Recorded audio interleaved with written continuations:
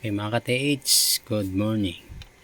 So buo na yung ating transmitter para sa ating TFR. So yan. Ito mga ka-TH, papakita ko sa inyo. So yan, meron siyang clip for belt. Then ito naman, ang voltage meter indicator, switch on. Tapos, ito naman yung kanyang plug in for TFR. Tapos ito naman yung kanyang mga target. So marami ang mga ka-TH. Yan, by number yan.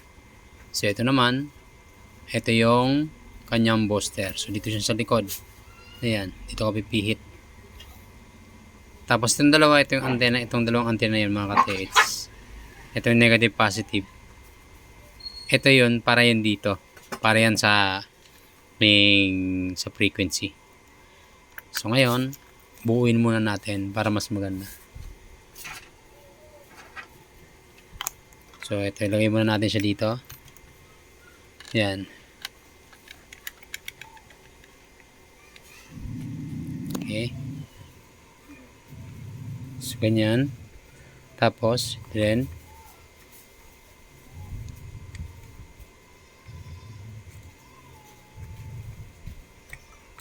yan. So ganyan siya nakabukaka. So then, open natin siya dito. Yan. Yan. Ayan. Naka low high. Naka low yung booster niya. Yan.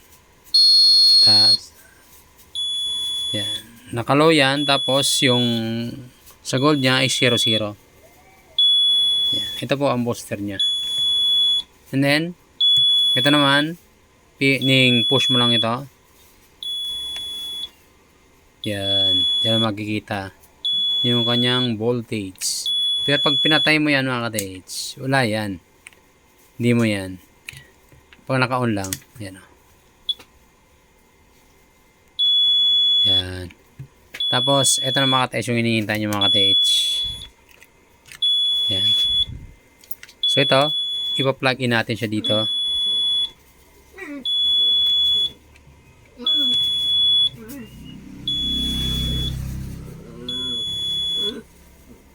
Yan. Plug in natin siya.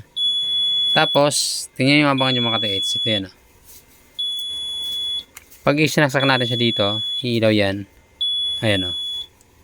Yan. Ibig sabihin, naka-plug na siya. Diyan siya makikita mga ka-TH na naka-connect siya. Yan. So yan. Pag tinanggal natin, mawawala yan mga ka-TH. Yan. Kita nyo? Yan. Tapos, ito, off mo yung manual. Off mo siya. So, back to manual siya. Kung gusto yung manual pa rin. Yan. So, ito, tanggalin natin yan.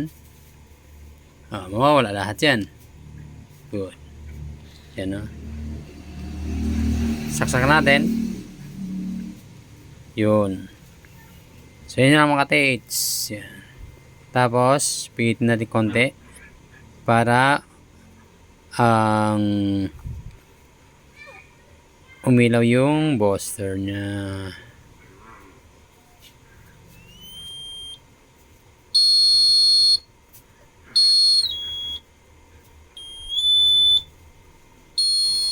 Yan.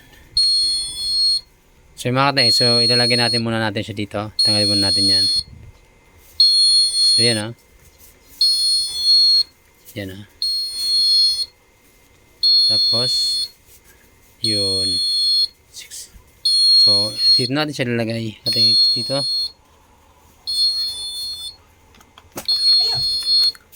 Yan.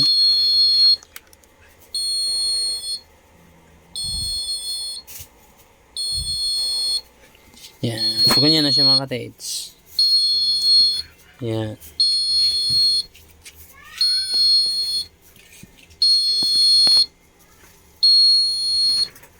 Yan. Ganyan siya.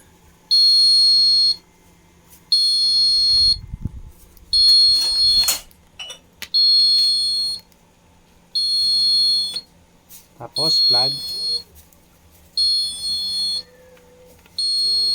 Yun, iilaw. Tapos, gagamitin mo na yan. Ito.